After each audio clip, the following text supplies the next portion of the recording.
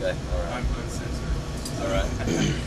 I guess what we should start talking off about is talking about the tour. How's touring been going for you guys? It's relentless. We're grueling.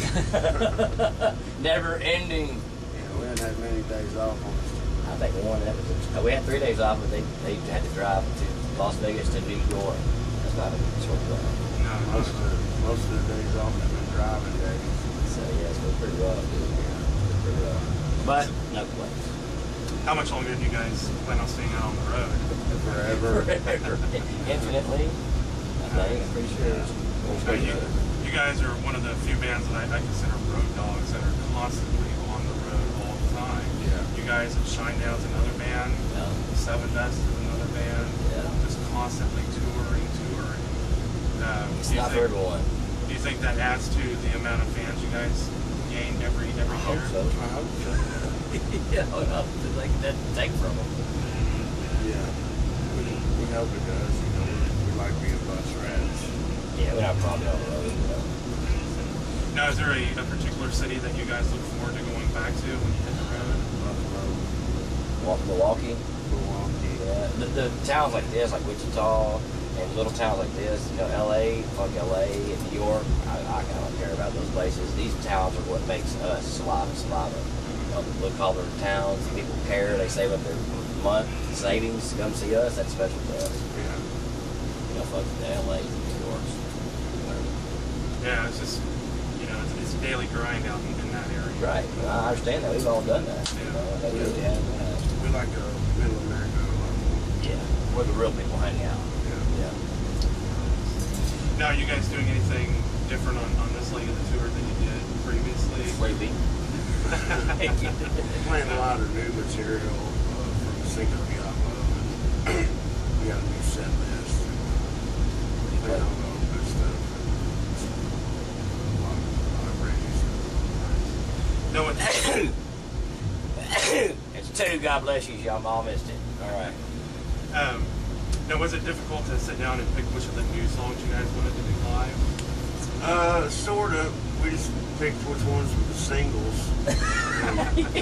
We worked around that. And worked around that. You know, we picked a couple of hard singles like The Whole Worst Enemy and Judgment Day. Yeah, thought out for the truth. Yeah, we were in Korea, Japan, and Josie was inspired to write about them. You know, I can't imagine being overseas, missing your wife and kids. You know, and he put it into words better than I could. So it definitely touches everyone in life, especially in the military. Now, on the subject of the new record, which is, in our opinion, is one of the best Saliva records ever recorded. Thank you. How was that recording experience for you guys going in the studio and putting that together? Pass. No. Well, we enjoyed ourselves. I mean, you know, it was so quick. You know, we've been on tour so much. We were kind of in a hurry, more than we'd like to have been. But Right. it was okay. We're gonna take our time on this next record. Yes, very much so.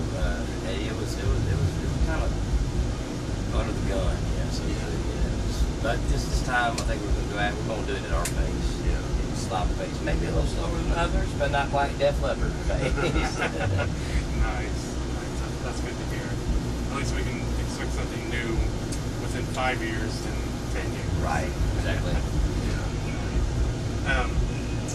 Now, being the road veterans you guys are, is there any one particular show that you've done in the last 6 months that sticks out as that show? Rock on the Range. It was about 70,000 people in Ohio. We had to play with Alice in Chains. First show back. You know, in 10 years, it was huge. And then Motley Crue played the next day, which is many other favorite bands. That sticks out. It was the first show of the tour. That was back in June. Wow. Yeah. Now, going back to the new record, was there anything that you guys recorded that didn't make the record that you sit back and you're like, man, I wish I would have put that on there? There's a couple songs. We usually use them for soundtracks and stuff like that. Yeah, B-side. So it's something that we might eventually hear one day. Sure. Hopefully. Some way or another. We did about 20 songs, so it should be cool.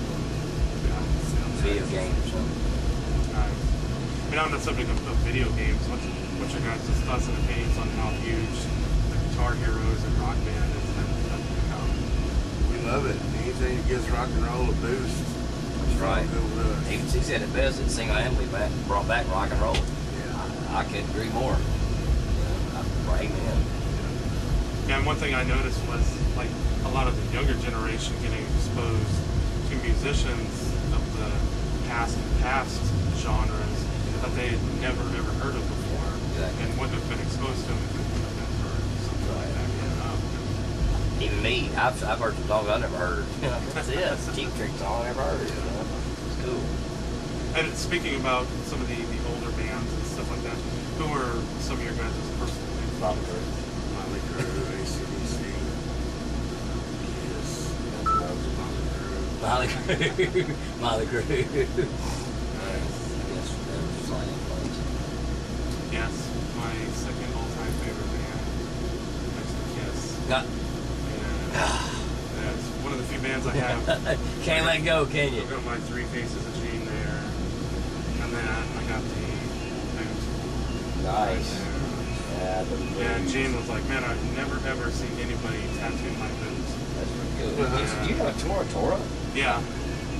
Oh my god. I used to. Look at that. I used to work with their management company when it first Wow. originally formed. They're from Memphis.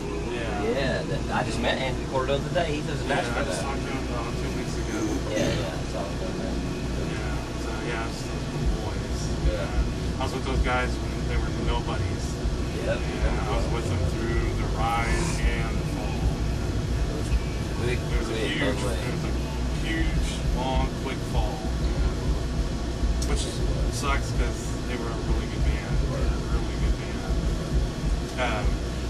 Kind of along the lines of those subjects, if we were to go through your guys' iPod, is there any one band that would stand out like, wow, I can't believe you're listening to that?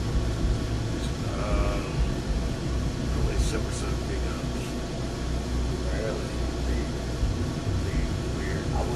I'd be surprised myself. Seriously, that one. I thought you were going to say something country. The country genre in general is. I got. Wait a minute. What's all this? Skip. Probably Jeff Buckley's name. Ah, Jeff Buckley's pretty awesome. He also died in Memphis. A lot of bad things happen in Memphis. Notice we don't live there. None of us live there. I wrote a song about it on the next. It was supposed to be on the next record called Mississippi Death Trap. Nice. That's really cool. Wow. Now there's this crazy thing called social networking. MySpace, Facebooks, Twitters. Oh, you mean relationship killers? Oh, yes. Know about this? What's your guys' thoughts and opinions on how that has kind of overcome the whole music business? You gotta have it. Can't stop an earthquake. All right. There you go. You have to embrace it. You have to. Otherwise, you're dead. The internet is the single most powerful tool you have at your disposal as a band. And whether they're still going to download, but true fans will come to shows, buy shirts, even buy I still buy fucking CDs. You know, I still download and pay for this shit. You know, I mean, but our fans are in a demographic where they're a little bit older, most of them. So they're still they buy stuff. They're not in the Fallout Boy category where they download and they shit. Thank God. Thank you, fans.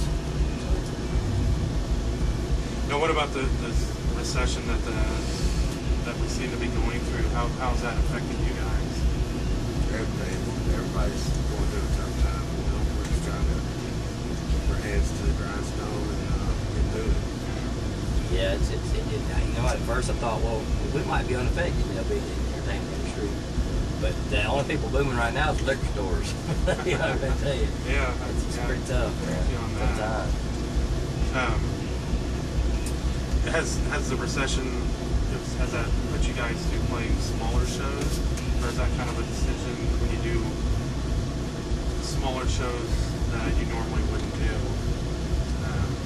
We do them all, man. Dude, we played from literally 150 people to 11,000 within 2 days. We have a 10 or 10,000 rule. We play 10 or 10,000. First 10,000. We went from Louisville We played for 11,000 people and a freaking an outside like promenade. The next day, I think we played in Murfreesboro for like 300 people. You know, it just depends. You know where you're at and what kind of city embraces you. And we're not big in a college town, and that was a college town. And they listen to what Dave Matthews. So yeah. So what's your guys' thoughts so far on the Midwest Rockfest? It's hot. It's gonna be awesome. These people appreciate rock. Yeah, definitely. Yeah, that's one thing I have noticed. I'm originally from Long Beach, California, and moved out here to the Midwest. And that's one thing I've noticed is the people out here are more appreciative to the music, and they embrace it more than in some of the other bigger areas that just kind of, oh yeah, whatever. Yeah. In LA, everybody's like this at the show. They look, see if somebody else is clapping. Yeah. If not, no, I'm not clapping. Yeah. Here in the Midwest, everyone's got their fists in the air. They got the devil horns going. Oh yeah, they got permanent horns attached to their head, man. And I've noticed you guys are one of the few bands that come through Wichita quite a bit. Do we? And always have a really good draw. Yeah. And it's never a bad turnout for you guys. Blessed. We love it. We're blessed. You know, we can do other things. You know, like clam diving out here. I do plan on doing some muff diving later. So. Nice. I think that's on everyone's agenda for the day. Yeah, it's on my agenda for the day. Matter of fact, I'm gonna look for some right now. Nice. So, have you guys started working on anything new yet? New songs? Yeah, I'm working on a lot of stuff right I have not. now. Next album's called Take That Society. Where'd you sit down? Starting to write on there. Yeah, that's got me intrigued now. So the album cover's gonna be Oh, it's gonna be interesting. I'll have to do some work in the meantime. Let's talk a little bit about your label. How is your label treating you guys? Good, I guess. I suppose. Haven't gotten lost in the shuffle, or No, I mean, we're kind of the only fresh rock band they have, so. They actually said that we were selling more records or downloads than Fallout Boy and Killers combined, which I was like, wow. Okay. Nobody at the label saw that coming. Yeah. It's plugging some money. Has there ever been any thought about maybe trying to do the independent thing, or are you guys pretty happy with staying? No, you know, we just go wherever the spirit moves us, play it by ear, you know. Whoever's got the most money. That's right. That's what it is. And you know, it's all right. Yeah, who's got the more money for promotion? You know, you can just go out there. We can probably, but it doesn't hurt. Have money back. Yeah, definitely. Yeah, that's one thing I've noticed about a lot of bands is they don't get the promotion from the label. And then next thing you know, you don't hear from them anymore. Let's talk about guitars a little bit. Yeah. You have a specific set of guitars you bring out on the road with you? Yeah, ones I don't care about. they get destroyed. So. Keep all your good ones. You know, I should probably mention endorsements, but I have about 3, so I'm not going to lose one. Nice. Keep it PC. So That's right. Nobody's That's it. Do you use anything different when you're in the studio guitar-wise than when you're out on the road? But but that's just because the producer wants to certain sound. Not that I want to do, just the producer wants certain sound. So it's whatever he wants to do. We go with. They usually are more knowledgeable than I, so I just do. Man, I think that about covered everything. Definitely appreciate you guys taking the time to get up a little early for us. Right. So, Breakfast.